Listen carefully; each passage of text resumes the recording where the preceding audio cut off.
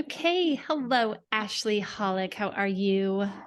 I'm doing well. How are you? Good, good. I'm so glad to have you on my podcast. It's so exciting because I recently was on your podcast and it was so much fun. And that was actually the first time I was interviewed on a podcast. So, Oh, really? yeah. Awesome. So I feel like it's just funny to like be here full circle and have you on the other Nice. end. So here we Yeah. are. I'm very Awesome. excited. Um, okay, so can you just before we start, my microphone is hold on a sec. Do you see that? It's like moving. Okay. Okay, so before we start, can you just introduce yourself? Yeah. So my name is Ashlee Hoelck. I am a homeschool mom. I've got two little boys, and we live out in Texas. I don't Oh, know I'm how so you want me to go. jealous. No, that's great. I wish I lived in Texas, honestly. It's so cold here still. Oh my gosh. Yeah. Our weather, It's it's like fine. hot and humid one day and then like dry and cold the next day. It's like all over the place. But I feel like your cold is probably not actually cold. It gets to like 30s or 40s. Yeah. Really? hmm Okay, I'm shocked by that. Okay, Yeah, well, not then, often, but we do get like a freeze. Like we'll get a freeze week where it'll be really yeah. cold for like a week. Listen, I Uh, would take a freeze week over a freeze 9 months is pretty Yeah. much what we're doing. No, but it's Oh my fine. It's God. fine. It's fine. Um, Everything's fine. yeah. Okay, so tell me, I would love to talk to you about homeschooling just a little bit. I know that's not why we're here, but I know that you homeschool, and so I'm just curious, like, um, I've kind of dabbled in homeschooling too with all of my kids at some point, and they're all back in public school. But I am just always curious, like, what brought you to homeschooling, and then what does that look like for you guys? Yeah, so I was always like a daytime stay-at-home mom. When we lived in San Diego, I worked at night. I worked at like bars and restaurants and stuff, Okay. and so I was always home during the day. And like we did all the activities. We went to the park, we went to the museums and the movies and all of these things. And so when we moved here, it was the same thing, with both of my Mhm. kids. And then he did like a preschool where it was a co-op. So it was Okay. only like 2 or 3 days a week for like a few hours, and there was always a parent there. And so like that was a good little transition. I was like, this is nice. Like he gets to be in like a play-based setting. I worked in child development for a really long time as well. And Okay. I that play-based is the best The for best. Yep. young minds, you know what I Mhm. mean? More rather than like the more structured ways. Anyways, that's completely a side note. But so that was good. And I enjoyed that. I think that was really great for him. And then when we went to put him into kindergarten, he was like the first week, I just cried the whole week. I was like Oh. sobbing. I was so sad and miserable. I was still home with my younger one. Mhm. And, I would drop him off and then pick him up. It was like 8 hours, it was crazy. Mm. And then not to mention the pickup line and the drop off line. I was like, Mhm. this is insanity. And he went to a smaller school, not even like the bigger public schools. And after that first week, I was like, this does not feel right. I do Mhm. not think that you need to be in school for 8 hours, for 40 hours a week, especially when I'm home and we're having all Yeah. these school adventures. Like, it's not necessary for you to do this at this age. And Yeah. so I kind of went online. I found all of the homeschool groups in my area and went in there and was like, I'm super scared, but what is homeschooling Yeah. like? Like, can I even do it? Is it even possible? I always taught like babies and toddlers, like, can I Yeah. teach a child? Yeah. And I got so much positive feedback and support and like found all the groups and kind of like prepared myself to talk to my husband about it. And um he was kind of against it at first. He was like, what? No, like, how is he Oh. going to socialize? How is he going to meet kids? He's going to be weird. Like, no, we can't do that. Yeah. Yeah. And he's like, and also he was like, but now you have all this time to do any of your activities. I was like, I've got the 2-year-old who's crazy, who puts glue in everything. Like, Yeah. Yeah. I'm not getting more time. Like, I still have him. And then, it didn't take him long to just say, like, if this is what you want to do, then like I support you. And so Mhm. he went one more week so I could kind of like prepare myself and get the curriculum and do all these things. And then we pulled him, and Okay. it's amazing. So, how long has it been? So that was not last fall, the fall before. Okay, so almost 2 years. Yeah, so it'll be 2 years in September that we've been homeschooling. Okay, that's amazing. Mhm. And I feel like what I see on social media, because I don't live near you, so I only know you through we're Instagram friends. That's how we know each other. I feel like you guys are always going on adventures. So We are. Yeah. yeah, I love that. And I feel like that is such a fun way to help our kids learn. And yeah, I just think I love that that's how the world is today, that we can homeschool or we don't have to. And there's no right or wrong, or it's like whatever works for each family. And you have found that this works for you guys. So I love that. Yeah. That's We super could- fun. Okay, so thank you for telling me about that. I just think it's so fun to hear how people do it. Um, so let's shift gears then and talk about a more serious topic, which Yeah. is I know that you are a survivor of an abusive relationship. Mhm. And so I would love for you to share as much or as little about that whole journey for you that you would be. Not till I did. 10 more minutes, but don't come back in, okay? If you come back in, we'll be able to, okay? He's like, now can I have a jelly bean? Right? Oh my gosh. I don't know if you heard just a few minutes ago, my son popped in too and was talking to me, and I was like, I didn't. fine. Okay, so let me just ask that question again. Okay, so I know that you are a survivor of an abusive relationship. And so I'm just curious if you would be willing to share with us as much or as little as you want to about that journey for you. Yeah. So that it started when I was 16, and so it went on for about 4 years. It wasn't always physically abusive. It was a lot Mhm. of emotional abuse. We were teenagers, so it was just Mhm. a lot of lying and manipulation and Mm. cheating and lots of things like that, Mm. and just not being a good human, right? Yeah, yeah. And it what didn't turn physically abusive until I moved out of my house, and then finally had like more access to me. He Mhm. wouldn't let me go to my college classes. So I Mm. ended up failing out of SDSU because I didn't go to my classes. And I was able Mhm. to appeal the decision. I went and like had a meeting and I said, I'm in an abusive relationship. I'm not allowed to Mhm. go. And they were like, okay, we'll erase that the first semester and let you try again. But because Awesome. I'm still in the relationship, nothing changed. Like Sure. I still Okay. wasn't able to go. And so I failed out, and you know, and yeah, so that the abuse part, it lasted for, it probably was only about 10 months until I finally I got sick of it, I guess, and like my Mhm. subconscious kind of fought back. It was just like a very interesting situation. I describe it as I saw red, like Mhm. he had been hitting me, my mouth was bleeding, like all these things, and Mm. I kind of blacked out. And then, like, when I came to, he was screaming.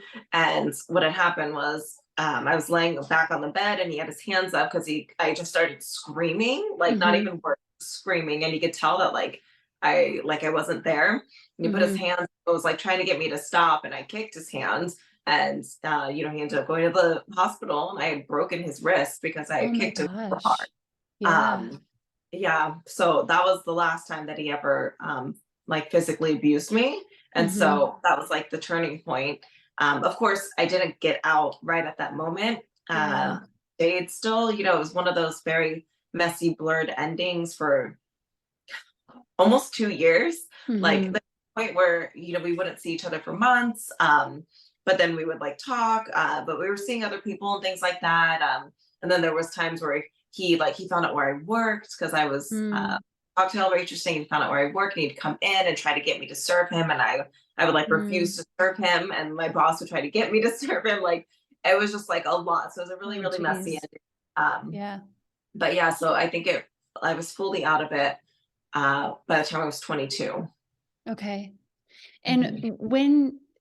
at what point did you realize like, oh, that was really awful and my body is not okay, Um, Not until I was 31. right? So you Um, just you just went on with life and yeah. yeah. So So sorry. no, go So ahead. I'm I hoping you'll kind of tell that part of it. Yeah. So, like I said, it was like when I was 22 was kind of when it finally ends. 'Cause I know we were seeing each other when I was 21 because we were going to bars. Mhm. And so when I was 21, I threw my back out twice in 1 month. Mm, And I went to the doctor because like when I threw my back out, I couldn't walk for days. mhm. And, Oh my I'm 20 gosh. years old. I was like, this Yeah. is not okay. Yeah. Like I'm 20 and I wasn't doing anything. I wasn't picking anything up. One time I sneezed and the other time I coughed and Oh I my threw my back. gosh. Mhm. So I went to the doctor. They did x-rays. They said I had bulging discs on like my, L4, L5, put me in physical therapy. They said it was the worst they'd seen for someone my age. Put me in physical therapy for like 12 weeks. Um, didn't really do the exercises because they're very, very boring, Yeah. very small, repetitive motions over and over and over. And, I was 21, I was working multiple jobs. Yeah. When I wasn't working, I was going out with my friends Right. because, I was trying to just Yeah, like because you're numb 21. the pain and like Yeah. Yeah. just try to have fun and like try to get Totally. out of my depressed state. But yeah, so that continued on for 12 years. I had chronic back pain. It was debilitating at times. I threw my back out.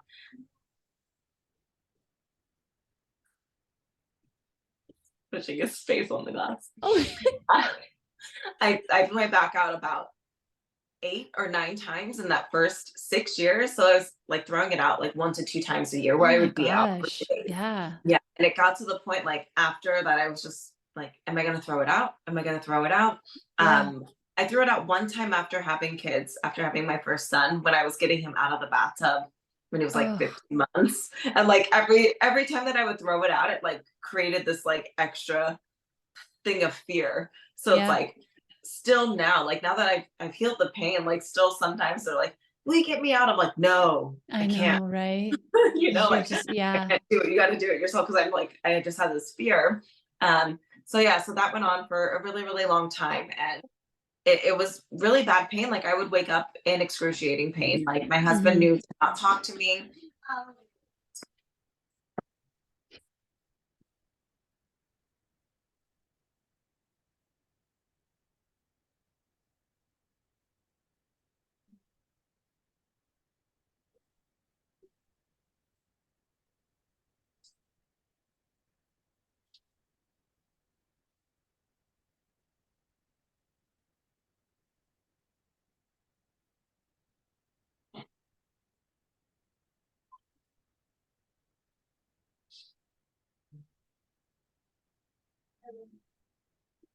Naya, you need to stop. Shh. Okay. Brought out the big guns and gave him a tablet. There you go. Oh my That gosh, should funny. that should help her. That should hold his Yeah. attention a little bit. Okay, okay. So you were saying that you were saying something about your husband that maybe you were Yes. Yeah. So when I would wake up, I'd be in excruciating pain. And like my husband knew, like, don't yes. talk to her, like, leave Yeah. her alone, bring her coffee, just like let her wiggle and stretch and kind of like ease into the reality that her life is pain. Right. And so Yeah. he knew, like, I'm grumpy in the morning, like all these things. And so it affected like every area of my life. Yeah. Yeah, it was bad. So then did you finally go to a doctor again, or how did you find healing finally? Yeah, so I did the physical therapy, when I was Yeah. 21, and then there were like I think three or to 5 times where I ended up going to the emergency room, either because I threw my back out and I needed to get pain medicine because I wouldn't take pain medicine I wouldn't take pain medicine unless I threw my back out because it was a chronic pain. And so Yeah. I feel like one Advil today is, heroin in 5 years. You know what I Yeah. mean? Like I knew it was Yeah. just a slippery slope. So I dealt with the pain, but when I threw it out, it was just so So bad. bad. Back Mhm. spasms and all those things. So, and for some reason, I would always throw it out like on the weekend or on a holiday or something like that. So it's like I couldn't just Convenient. go to Yeah. the doctor. I always had to go to the emergency room because there Right. was like I had to get medicine. And then a couple of times I went to the emergency room because I had like excruciating stomach pains and Mm. thought my appendix had burst too. And I believe that the stomach pain that I had too was also related to the Yes. trauma. Yep. And so, and then there was one time where I did get some relief from the pain. It was my son was like 2.5, and I started going to yoga. I was like Okay. 25, 27, and I was Yeah. like, yoga's really good for your back. Maybe Yeah. that'll help. And we had a great yoga studio that had a daycare, so I could go during the day because I worked at night. And Mhm. I went after about like 3 months of going like 3 times a week. My back stopped hurting, and I was like, Yeah. oh my god, okay, that's all I need. I just needed to stretch my back. And Yeah. so I kept going and kept going. And about a year into this, I was pregnant. I was about halfway through my pregnancy, and all of a sudden, Carter just stopped liking the daycare. He was just Oh, like, run shoot. out, literally run Yeah. out of the daycare. And I just felt like it would be more traumatizing to like try to get Make them him to stay in like there. Yeah. train him. He was 3.5, so it's like it's not like Yeah. he's a baby. He's 3.5, and so I was like, okay, I guess we're not going to go. Like I canceled my membership. Started working out at home, but like not doing yoga because it's just weird to do yoga at home for me. Like I'm so used to the Yeah. studio and the experience and Yeah. all of that. And so I had my son, and about like 6 months after I'd stopped going to the yoga, I got the first like little twinge again in my back. Oh, And shoot. I was like, oh no. Probably panic, And right? yeah. And within a month, my back pain was completely back, as worse as it had ever been, and this time it was almost worse though, because I Oh, had 18 months of yeah. no pain for the first Yeah. time since 20. And I'm Yeah. like 30 at this point. So Yeah. I think like the first time that I had no pain, I was like, oh my God, this is so awful. Like I can't do what I want to do with the kids. I now have 2 kids. I've got a Mhm. baby. I can do what I want. It was awful. It was awful. And so that continued on for another like year and a half or two. And then finally I was like, I've got to do something about this. And so I started going to yoga again for a couple of weeks. And then it was March 2020. Oh, and And everything so shuts down. everything shut down. And I Yep. feel like that was my little sign, like, it's not the yoga. It's not Yeah. yoga. Stop trying to do yoga, It's Ashley. Like it's something not deeper. yoga. Yeah. It's something else. And so, like most people, I finally had space to kind of be, because I didn't have to go to work all the time after momming all day with 2 kids. And so I started waking up before the kids and like taking care of myself. I started a morning routine, practicing gratitude, and just kind of going in like this deeper dive of myself, Mhm. and exploring manifestation and like kind of Mhm. having this spiritual reawakening, after being agnostic for a really long time, after being Mhm. raised Catholic, and just doing this deep exploration of myself. And Mhm. at the end of 2020, so it's kind of, I think it was September, I first heard about emotional trauma causing physical pain. And, Mhm. I heard that and I said, that's crazy. Mhm. Yeah. There's no way that like an That's what it emotion is. Yeah. Mhm. inside of my brain is making my back hurt so bad. It's like has caused me this much pain and like anguish, for 12 years. I was like, there's no way. And so I kind of was like, whatever, like push that away. And then I ended up inside of this manifestation course that was, it looked fun. I was like, oh, I'm gonna learn how to manifest more stuff. I just like manifested our dream house, and like all Yeah. these things were like in alignment, and I was just feeling super, mystical. And I was like, this is Yeah. great. I'm gonna have so much fun inside of it. And I get in, and there is some of that and all of that. But it was a lot of deep healing. Like it was a lot Yeah. of these deep meditations. And at Mm. that point, I hadn't really meditated much. I Mhm. didn't like being still, obviously, because Mhm. I didn't like to hear my thoughts, I didn't Mhm. like to go inward a lot because I Mhm. was pushing things down for so long. It's like now I have this perspective of why I did all of these things that I did. And so being still was very hard for me. When I did yoga, it was like at least I was moving my body and trying to Yeah. do what the instructor was saying and things like that.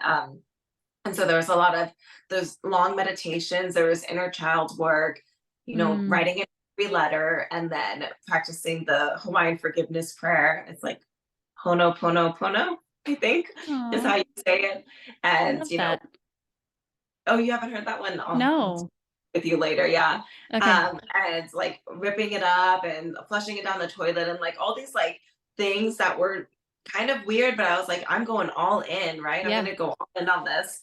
And I did that for about 5 weeks. I was doing it every single night. And then I woke up and my back didn't hurt. Oh my gosh. Yeah. And then you're probably still, I mean, you kind of already alluded to this, but like probably still waiting for that moment where like the pain comes back. Yeah. Yeah. So, Yeah. I'm having a good day and then, okay, maybe it's a good week. And then a few months went by and I was like, it hasn't come back. And I still Yeah. didn't tell anyone either because I was like, well, it's going to come back tomorrow. Or like, Yeah. I didn't know what to say, like Yeah. I meditated and I ripped up a letter. Like I did a cord cutting meditation and used my big invisible sword to cut this big invisible thread. Like I didn't know what to Yeah. say. I was like, it sounded magical. It sounded make believe to me, right? Uh-huh.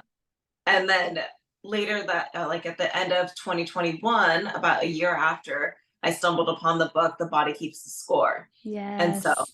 I read that, and I know some people can say that it can be a little bit triggering, but for me, it was really like it was eye opening because when Hmm. I read it, I said, "Oh, it's not magic; it's science, Yeah. and it's been Yeah. proven." And they've done all these studies and brain scans, and like there's concrete evidence that Hmm. emotional trauma does cause physical pain. And so I was like, "Oh, I'm not crazy, but I'm not magic." But Yeah. Yeah.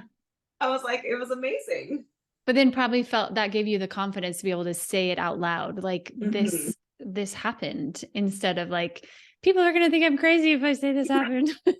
Exactly. Yeah. It wasn't until like I read that book and then I Yeah. started learning more about trauma and how it affects you and all that, that I finally started sharing my story. Before I had Yeah. told like a few of my close friends, like, hey, guess what?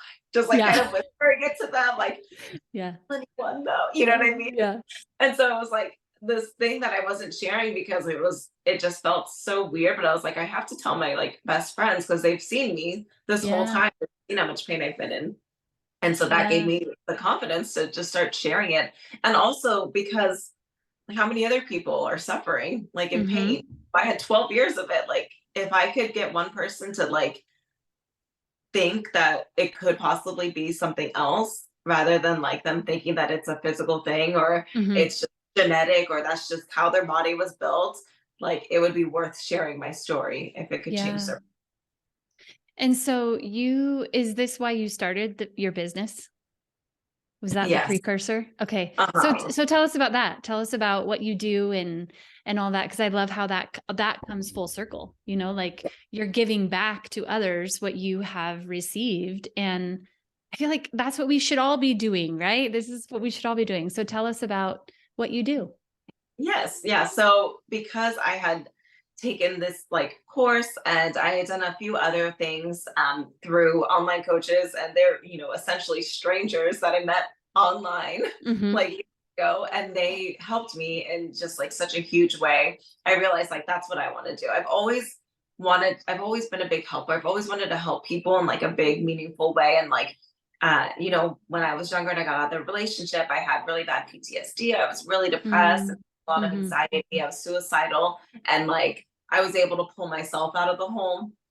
And so, like all in my 20s, I always wanted to like help people to like shift their state because I'm like, if I went through all that I went through and I'm able to like be here, I'm Yeah. standing, smiling, I'm alive, I'm happy, like you can too. And so I was always doing, like little pep talks and things like that. And so I realized like, oh, people do this. Like I could do it too. And so I started my business. It's called Phoenix Rise Coaching because Okay. I feel like that's exactly what I was. I was completely reduced to ashes after the abusive Mm. relationship, just, and completely empty soul with like nothing left inside. And so Mm. this whole decade I've just completely grown and changed and like reignited myself. And so that's why I named my business that. And it's I love had that. many like shifts over the last year as I kind of figure my way out on the online Yeah. world Yeah. because there's so much out there. There's always something new to learn. I But know, right? currently, yeah, I currently have an Etsy shop, and so I have affordable self-coaching resources, to, improve your health, to improve your relationships and things like that. I also have 2 mini memberships, and one of them is focused on manifestation and things like that, because it's like a big circle of like, I feel like I was reborn in a manifestation course. And so I'm Yeah, sharing everything that I've learned over the last 10 years, really, because I was kind of dabbling in manifestation when I was younger too. sure. And so that's one of them. It's called the Manifesting Mavens Club. Okay. And then I also have my Rise and Thrive Tribe, where I'm dropping like monthly content drops, and Okay. it's usually a masterclass of some sort, and like workbooks and things to help you implement and integrate what you've learned. A lot of it is healing tools and modalities that I've learned inside of my coaching certification programs. So one month we talked about emotional freedom technique.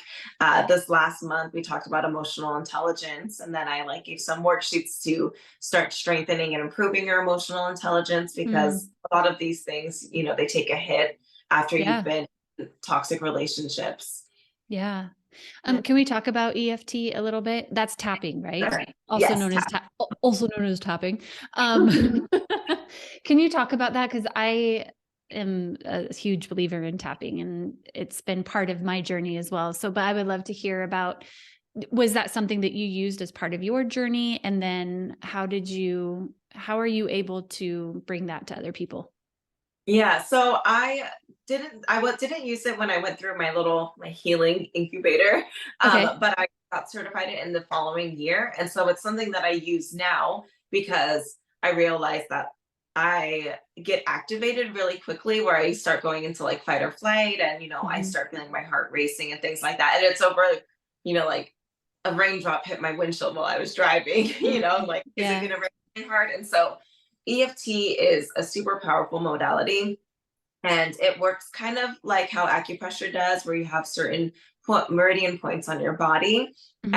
And while you're doing it, you're like shifting your mindset from, the unwanted feelings of anxiety or stress. And then you are like infusing more positive things that you want to feel, like I am calm, and I Mhm.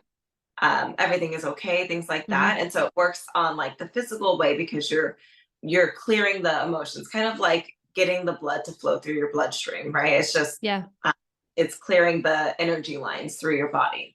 And Sure. so I love it as a modality, because you don't have to talk about the trauma, you don't have to bring up anything that's super triggering. You can treat the symptom, right? So if Mhm. you're feeling panicked or stressed or anxious, you just treat that. You don't have to be like, I'm so stressed out about Yeah. money, Let's or go I need deep. this Yeah. person, right? Yeah. You don't have to go there, so it's not Yeah. triggered.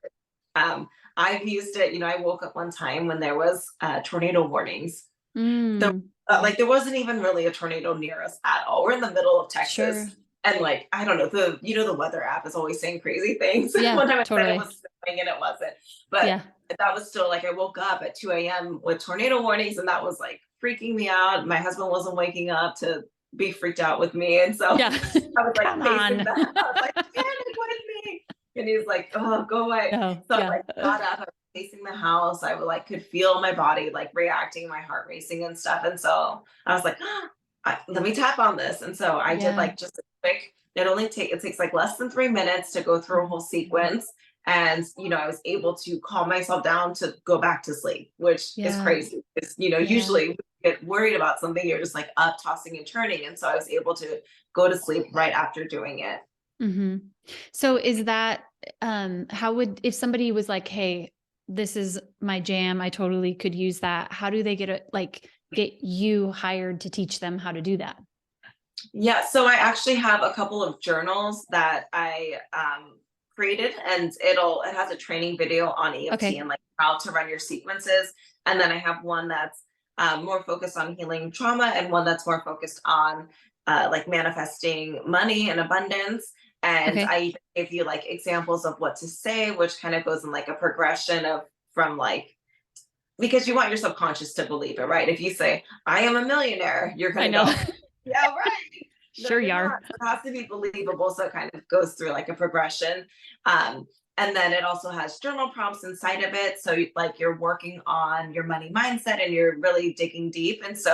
And then you're making it a habit. You're doing it for 30 days. So Yeah. that's like when I did my training for my certification. That's what I did. I set an alarm on my phone every morning to do tapping so that I can make it a habit and like Habit. Mm-hmm. really integrate it in. Mm-hmm.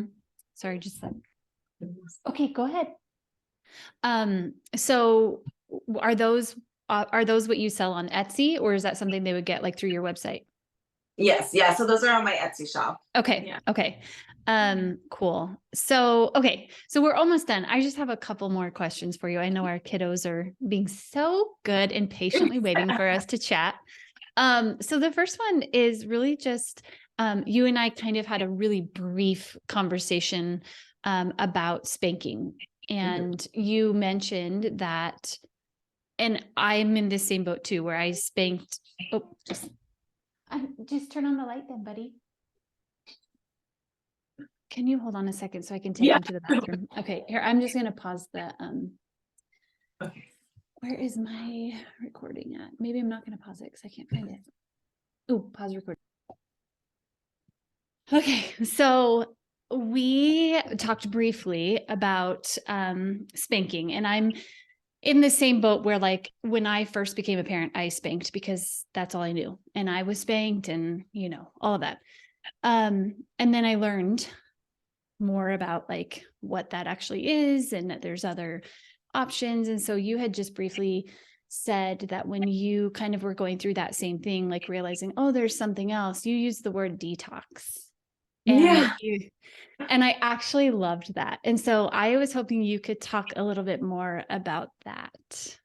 Yeah. So there was like a distinct moment where I realized that I did not want to spank anymore. And it was, my husband had spanked my older son and he was crying and I was trying to comfort him and he only wanted my husband. And I just had this realization like, oh my God, this is like when I was in an abusive relationship and all I wanted was that person to love me still. Yeah. And I was like, what are we doing? Like, this is like, this is not okay. Like it broke my heart. And I was like, what are we doing? And so from that moment on, it was like, okay, I don't want to spank, but it was hard because it was like, that was what I knew. And I think I was pregnant at the time too. So, already like super emotional and really like angry easily and like all these things. So it was really hard. And so it was like quitting, it was like quitting something because that was what we were used to. And it wasn't immediate. Like, it wasn't like, I wish I could say from that moment on, I never spanked him again, but it's not true. There were times where he did something and, I would spank him but it was like the times they got fewer and further like apart, they weren't as close. It's been a good while. It's been, I don't know, 2 years since I had, and like, now, like once I went through my own healing, I learned more tools to like regulate my emotions. Yes. Like so good. take a pause and take a breath before and realize that a lot of times it was like me feeling angry or me feeling hungry or me frustrated about something else. And then they did something that they weren't supposed to do or whatever, instead of me like taking the time to explain it and things like that. So yeah, so there was that detox period where it was like, I would be doing really great and doing really great. But at that time, I wasn't really equipping myself with like more tools because I was pregnant. I was working like 3 jobs, and so it's like, when do I have the time? I wasn't taking care of myself in the sense that like I was putting my kids first. So I was not pouring into my cup. And it wasn't until 2020, the great reawakening, when I realized that like I need to pour into my cup first so that it overflows to everyone else's cup. And so, so that was a tough period.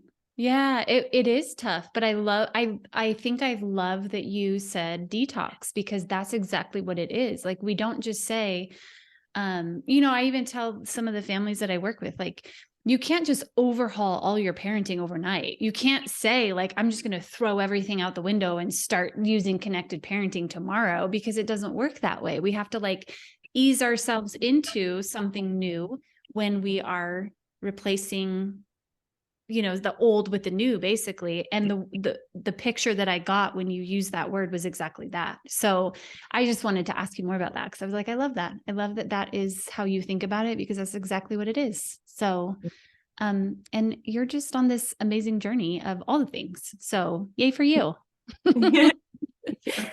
Okay. So then my other question that I have for you is, what do you wish more people thought about when they, I just think that society really sees women, and honestly, there's men who are victims in abusive relationships as well. So I'm not going to discount that. So, society sees the victims of emotion or of abusive relationships as like, well, why don't you just get out? Like almost like they're choosing to be in that relationship. And so I'm just curious what you wish more people thought about when people who aren't in abusive relationships, who are on the outside looking in, what do you wish they would think more about when they're saying those things or having those thoughts? Um, Honestly, like that it makes me really upset when people Mhm. say that, because it's not a choice. When Mhm. people are in that type of relationship, they have been basically groomed Mhm. into that relationship. It didn't just start with that. It wasn't like, hi, how are you? Yeah. Now we're together, right? It was like it's a slow progression. I know, like, I've learned a lot of the language recently, with like narcissists and how it starts Mhm. with love bombing, and like that Mhm. happened with me. It's like, oh, here's some Air Force Ones. Oh, here's a brand Mm. new shirt. You know what I mean? And I'm 16, Mhm. so I don't have any money, right? And so Mhm. it's like little like that, and um, it's they totally manipulate you. They manipulate you Mhm. and that they love you and all of these things. And when I had gotten into that relationship, it was after I had been raped. And so I was Mm. a really dark place. And Yeah. he could tell that Yeah. like I was broken a little Yeah. bit, in the sense, Yeah. like I was really sad. And he was like, why are you so sad? Like, and we started talking and stuff. And after a couple months, I told him what happened. And he said, I'll never let anyone hurt you ever again. Yeah. And I'm a 16-year-old girl who Yeah. just had trauma. And I was like, okay. And I thought someone was there to protect me, right? Yeah. And Yeah. so it's not something that someone chooses, and it's Yeah. not as easy as just leaving. I was Yes. lucky to not have kids involved, and so I Mhm. didn't have to worry about their safety. If anything were to happen, if he were to retaliate, if I left, or things like that. And a lot of people do. And so just to think about the situation, it's not as easy as just leaving. And I know like some of the big domestic violence organizations, I can't remember all of the letters of them, but it's like if you Google it, it'll come up, and they have a lot of things that you like shouldn't say and what to say instead. And it Yeah. also has a lot of education on like why you shouldn't use those things, why you shouldn't say them, and how they're not helpful, and ways to be helpful, to actually be helpful, because you might get them in trouble. You might make the Yep. situation worse Worse. if you try to insert yourself into it. And so just to be aware of it, like just to Yeah. learn and educate yourself, because it's never a choice. And Yeah. with when someone is like that, they're really bad, which is who they are. That's who they are, right? But they also have a mask of this other person that they are. And it's Yeah. like the one that's really nice and treats you well. And they put on that show for everyone else and for you at times. And so a lot of times it's like you're waiting for that good to come back, right? And Yeah. yeah. Yeah. That's good. I'll look that up. I'll look up that resource and make sure that I put that in the show notes, because I do think this is the point of my podcast, is to educate people and have them be more aware that the way that sometimes we get stuck in this tunnel vision, like, what? There's something else out there. And if we don't have a growth mindset, then we don't know what we don't know. And so I want the listeners to be able to have tools to be able to we're almost done. I want the listeners to be able to have the tools to be able to grow and educate themselves and do better for future generations. So I'll look that up and I'll put that in the show notes. Okay, perfect. Okay. My last question is 3 resources that you would recommend to individuals or families who are looking for healing. Okay, I would recommend The Body Keeps the Score. I think it's a lot of people say it's more for like providers rather than survivors, but I don't like I'm a survivor and maybe it wasn't as triggering for me because it was like 14 years after I got out of the relationship, but I think that one was very good for healing for myself Mhm. personally just because of how it educated me. Yeah. Um I love reading books. So I'm Same. all about let me see. Another one that was really good. Where is it? Waking the Tiger. Okay. Waking the Tiger by I think it's Peter Levine. That Oh, one yeah. is a really good Yep. book about trauma. Okay. Um, and then Hooligan is a good book for anyone who was in a narcissistic relationship. That Okay. one's really good for kind of because I believe in education. I believe education is one of the first steps, and that's what I like talk about all the time. And that's like educating yourself on the other person too, like Yeah. on the narcissist. Why are they that way? And like Mhm. I think that's important. That's in the whole again. I think that's important because you realize that it's not just you. It's Yeah. like it wasn't your fault. You didn't do anything wrong. And they would have done the same thing to anybody else. And I Yeah. think that's important to know because you get so in your head like, I should have done this. I could have Yeah. done this differently. He only did it because it was me, right? And that's just that was the person who, told you those Yeah. stories. So I think it's important to also learn about why these people are the way that they are. Yeah. That's good. Okay. I will link all of those in the show notes as well so people can look them up. And I also put all of your information because I think you're also a great resource that people can, reach out to and if they're starting their healing or in the midst of healing, you have some great things to offer too. So, just want to throw that out there. Okay, well, I have really enjoyed our time together. I am so glad that we made it through without any major disruptions from our children. We did great. I Look think at they're us dinosaur working fighting moms, now. right? What's that? I think they're dinosaur fighting right now. Okay, perfect. Let's let that happen. Okay, well, thank you so much and have a super fabulous day. Thank you. Thank Bye. you. Bye.